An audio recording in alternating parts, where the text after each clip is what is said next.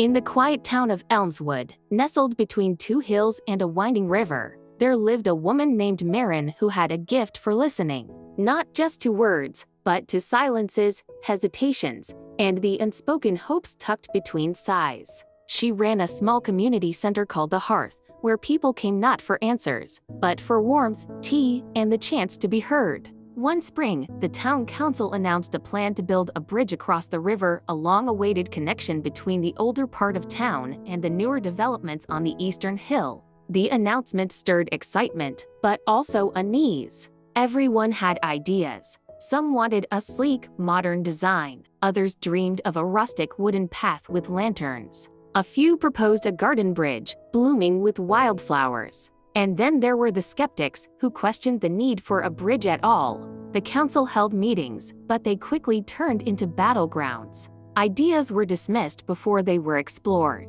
Too expensive, too impractical, too whimsical. The louder voices drowned out the quieter ones, and soon, the project stalled. Maren watched this unfold with a heavy heart. She believed that every idea, no matter how small or strange, held a thread of truth, a glimpse of possibility. So she invited the townspeople to the Hearth for a different kind of gathering. No podiums, no debates. Just a long table, blank paper, and a question. What does connection look like to you? They came hesitantly at first. A retired engineer sketched a suspension bridge with solar lights. A teenager drew a rainbow arch with a skate ramp underneath. An elderly woman painted a bridge made of quilted panels, each one stitched with a memory. A florist imagined vines growing along the railings, changing with the seasons. A child suggested a bridge that sang when you walked across it. Maren didn't judge or rank the ideas. She pinned them all to the walls, creating a gallery of dreams.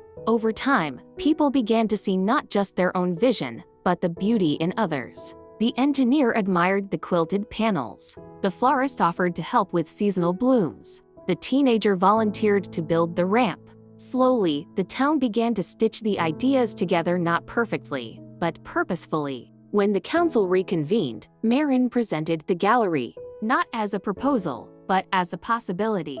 "Let's not dismiss or attack individual ideas as being inadequate," she said gently, "before we've had a chance to assess their positive effect as part of a whole solution."